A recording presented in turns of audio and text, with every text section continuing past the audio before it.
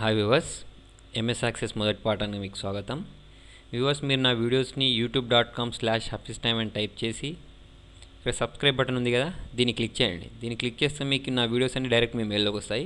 అలా కాకుండా youtube.com కాకుండా మీరు వెబ్సైట్ ద్వారా చూడాలి అంటే timecomputers.in అని టైప్ చేసేస్తే మీరు ఇలా కూడా నా వీడియోస్ని చూడొచ్చు. వ్యూవర్స్, మీరు యాక్సెస్ని ఓపెన్ చేయడానికి ఫస్ట్ చూడండి, స్టార్ట్ని క్లిక్ చేయండి. స్టార్ట్ని క్లిక్ చేసి ప్రోగ్రామ్స్లోకి వెళ్ళాక ఇక్కడ మైక్రోసాఫ్ట్ ఆఫీస్ ఇక్కడ యాక్సెస్ అని ఉంది కదా, దీన్ని క్లిక్ చేయండి. దీన్ని క్లిక్ చేస్తే మీకు ఇది ఓపెన్ అవుతుంది. ఇది ఒక పద్ధతి.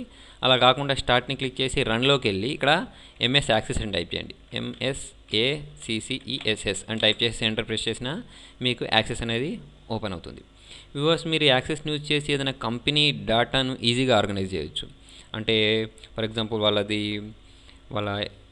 కంపెనీ డీటెయిల్స్ని ప్రింట్ చేయడం కానీ, లేకపోతే దానిలో ఏదైనా ఒక ఎంప్లాయీ డీటెయిల్ని ఫైండ్ చేయడం కానీ, సార్ట్ చేయడం కానీ, ఇవన్నిటిని మనం ఈజీగా తక్కువ కాస్ట్లో, ఓకేనా, మనకు తక్కువ కాస్ట్లో ప్లస్ ఈజీగా మెయింటైన్ చేయవచ్చు అన్నట్టు.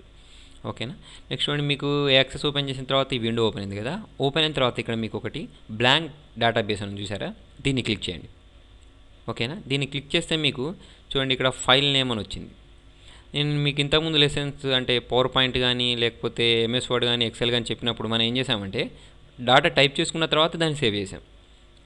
ఈ యాక్సెస్లో ఎలా ఉంటుంది అంటే డేటాబేస్ సిస్టమ్స్లో అన్ని డేటాబేస్లలో ఎలా ఉంటుంది అంటే ఎస్క్యూఎల్లో లేకపోతే ASP.NETలో వీటిలన్నిటిలో ఎలా ఉంటుందంటే ఫస్టే మనం నేమ్ ఇవ్వాల్సి ఉంటుంది. నేను ఇక్కడ ఒక నేమ్ ఇచ్చేస్తున్నాను చూడండి, స్కూల్ అని నేమ్ ఇచ్చేస్తున్నాను. ఫర్ ఎగ్జాంపుల్ నేను ఇప్పుడు ఒక స్కూల్కి సంబంధించిన డీటెయిల్స్ ఎంటర్ చేయాలనుకుంటున్నాను కాబట్టి ఇక్కడ స్కూల్ అని ఇచ్చేసి ఇక్కడ క్రియేట్ని క్లిక్ చేయండి. దీన్ని క్లిక్ చేస్తే మీకు ఒక డేటాబేస్ క్రియేట్ అయిపోతుంది. ఆల్రెడీ స్కూల్ అనే నేమ్ తోటి ఒకటి ఉందంటుంది, నేను వేరే నేమ్ ఇచ్చేస్తాను, స్కూల్ నేమ్ 1 అని ఇచ్చేసాను. ఇచ్చేస్తే చూడండి నాకు ఇక్కడ ఒక డేటాబేస్ క్రియేట్ అయిపోయింది. ప్రస్తుతానికి మీరు దీన్ని క్లోజ్ చేసేయండి. ఓకేనా. క్లోజ్ చేసిన తర్వాత మీరు మేనేజ్ చేయడానికి అంటే మీకు నచ్చిన ఫీల్డ్స్ని మీరు ఎంటర్ చేయడానికి, ఫర్ ఎగ్జాంపుల్ నేను ఒక స్టూడెంట్ డీటెయిల్స్ ఎంటర్ చేయాలనుకోండి.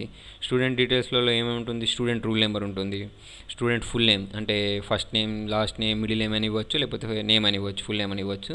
తర్వాత స్టూడెంట్ మార్క్స్, తర్వాత సబ్జెక్ట్స్, తర్వాత వచ్చేసి గ్రేడ్, యావరేజ్, ఇవన్నీ ఉంటాయి కదా. ఇలాంటి ఫీల్డ్స్ అన్నిటి మనం క్రియేట్ చేయాలి అంటే ఇక్కడ క్రియేట్ ఉంది కదా, క్రియేట్లోకి వెళ్ళేసి ఇక్కడ టేబుల్ డిజైన్ని క్లిక్ చేయడం ద్వారా నేను ఇంతకుముందు మీకు చెప్పాను కదా, ఆ ఫీల్డ్స్ అన్నిటిని మనం ఇక్కడ క్రియేట్ చేయవచ్చు. వ్యూవర్స్, మీ సలహాలను సూచనలు నాకు కామెంట్ రూపంలో తెలియజేయండి.